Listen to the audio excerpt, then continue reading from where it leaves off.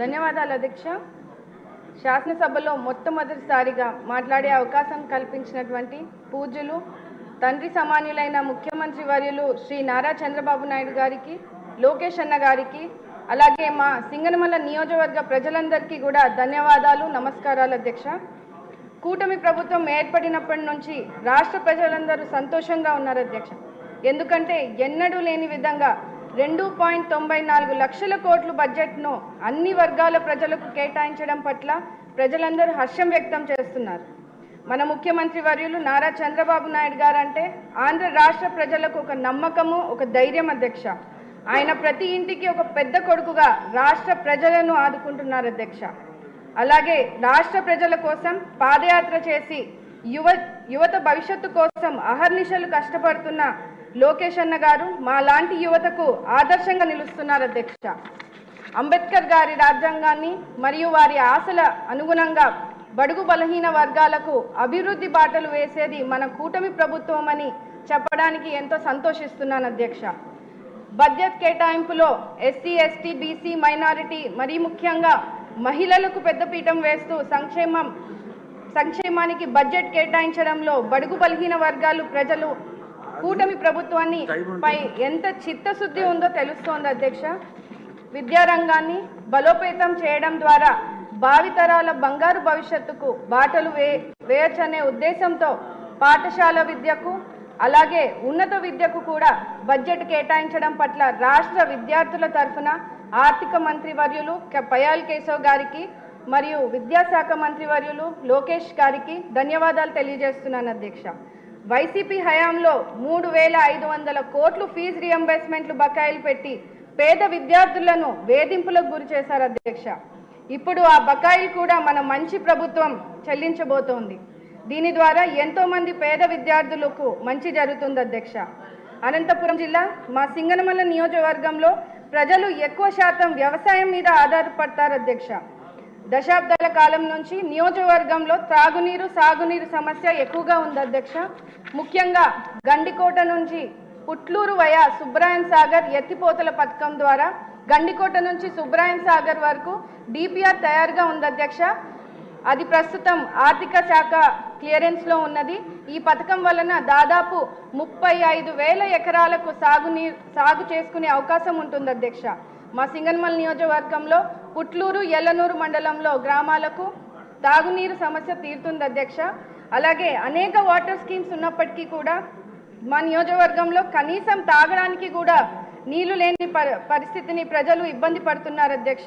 తగు మౌలిక సదుపాయాల కోసం అదనపు బడ్జెట్ని కేటాయించవలసిందిగా కోరుతూ, అదేవిధంగా మా నియోజకవర్గంలో సింగనమల మండలం రాచేపల్లి పంచాయతీలో లిడ్ క్యాప్కి సంబంధించినటువంటి లెదర్ ఫ్యాక్టరీ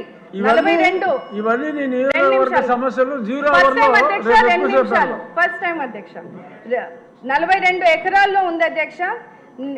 కానీ నిధులు కేటాయించలేక ఆ ఫ్యాక్టరీ గత ప్రభుత్వం మూసివేయడం జరిగింది. ఆ ఫ్యాక్టరీని తిరిగి ప్రారంభిస్తే సుమారు 3,000 ఎస్సీ కుటుంబాలకు ఉపాధి కలుగుతుంది అధ్యక్ష. కావున ఫ్యాక్టరీపై దృష్టి సారించి నిధులు కేటాయించవలసిందిగా కోరుతూ, అదేవిధంగా బీసీ, ఎస్సీ స్కూల్స్ అండ్ హాస్టల్స్కు సరైన మౌలిక సదుపాయాలు లేవు అధ్యక్ష. ఎందుకంటే అక్కడ కనీసం వాటర్ ఫెసిలిటీస్, కరెంట్ ఫెసిలిటీస్ లేక పిల్లలు ఇబ్బంది పడుతున్నప్పటికీ తల్లిదండ్రులు బడులకు పంపించేందుకు కూడా మా పిల్లలను బడులను కూడా పంపించట్లేదు అధ్యక్ష. ముఖ్యంగా ఆడపిల్లలను చిన్న వయసులోనే పెళ్లిళ్ళు చేస్తున్నారు అధ్యక్ష. అందుకనే స్కూల్స్ అండ్ హాస్టల్స్కి మౌలిక సదుపాయాలు అందించాలని సంబంధిత మంత్రివర్యులను కోరుతున్నాను అధ్యక్ష. గత ప్రభుత్వం బడుగు బలహీన వర్గాలకు అడుగడుగున అన్యాయం చేస్తుంది అధ్యక్ష. ముఖ్యంగా ఎస్సీ సబ్ ప్లాన్ నిధులను దారి మళ్లించి 40,000 కోట్ల రూపాయలను దారి మళ్లించి తీవ్ర అన్యాయం చేశారు అధ్యక్ష. అదేవిధంగా ఎస్సీ వెల్ఫేర్ పథకాలు రద్దు చేసి వాటిని పునరుద్ధరించాలని, సంక్షేమాన్ని అభివృద్ధి బాటలో పట్టించాలని ఈ సభా వేదికగా కోరుతున్నాను అధ్యక్ష. ఇప్పటికే కొన్ని పథకాలను పునరుద్ధరించారు. వాటిలో విదేశీ విద్య వంటి పథకాలు బడుగు బలహీన వర్గాలకు విద్యార్థులకు మంచి జరుగుతుంది అధ్యక్ష. ఈ విద్యార్థుల ఉన్నతి కోసం కూటమి ప్రభుత్వం కృషి చేయడం ఎంతో సంతోషిస్తున్నాం అధ్యక్ష. అదేవిధంగా బడుగు బలహీన వర్గాల సంక్షేమం కోసం బడ్జెట్లో అధిక ప్రాధాన్యత ఇస్తూ ఆర్థికంగా సామాజికంగా విద్యా వైద్య రంగాల్లో చేయూతనిచ్చే విధంగా ఎస్సీ వెల్ఫేర్ నిధులు కేటాయించడాన్ని ఆనందిస్తున్నాం అధ్యక్ష. ఎన్ని అవాంతరాలు ఎదురైనా వెనుతిరగకుండా ముందుకు సాగుతున్నటువంటి లక్ష్యంగా బడ్జెట్ను రూపొందించారు.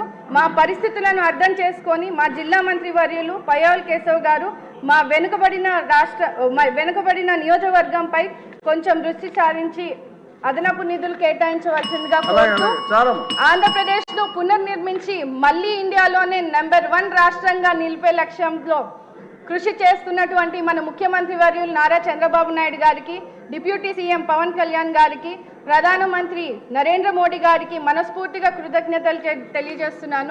నాకు అవకాశం ఇచ్చినటువంటి ఆనరబుల్ డిప్యూటీ స్పీకర్ గారికి ధన్యవాదాలు అధ్యక్ష. జై భీమ్. మొదటిసారి మా జమ్మలోడు తరఫున మీరు మొదటిసారి అభినందనలు. యాక్చువల్గా కోవిడ్-19 వచ్చింది. కోవిడ్-19 అధ్యక్ష, ఇక్కడ ఆయన కోవిడ్-19 అంటే కరోనా, ఈయన పేరు జరోనా. ఇక్కడ ఉండాల్సినోడు ఎక్కడో ఉండి నిన్నంతా అదే ముత్తుకోవడం.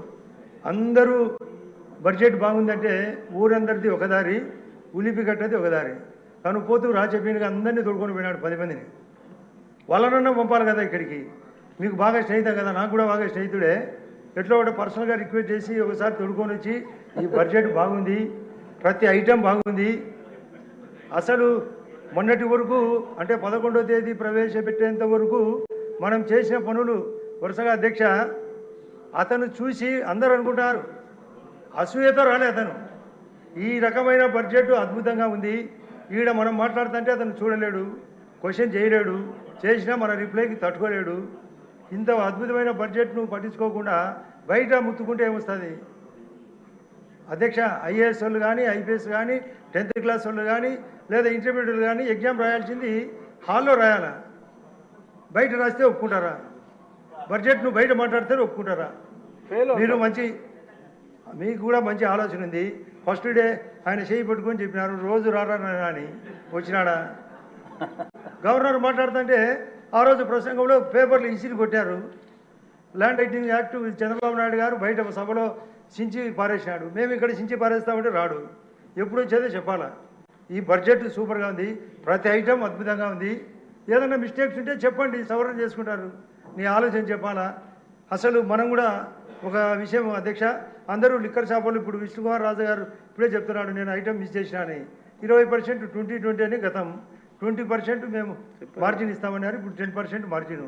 ఇప్పుడు లోకేష్ గారు ఉన్నారు, ఆ మార్జిన్ మీరు 20% చేస్తే తప్ప చాలామంది అందరికీ తెలిసింది నష్టపోయినారని. ఫ్యాక్ట్, రియల్ ఫ్యాక్ట్ అర్థమైపోయింది. ఆయన చెప్పేశారుగా, చెప్పలే, అది మిస్ అయింది ఐటెం.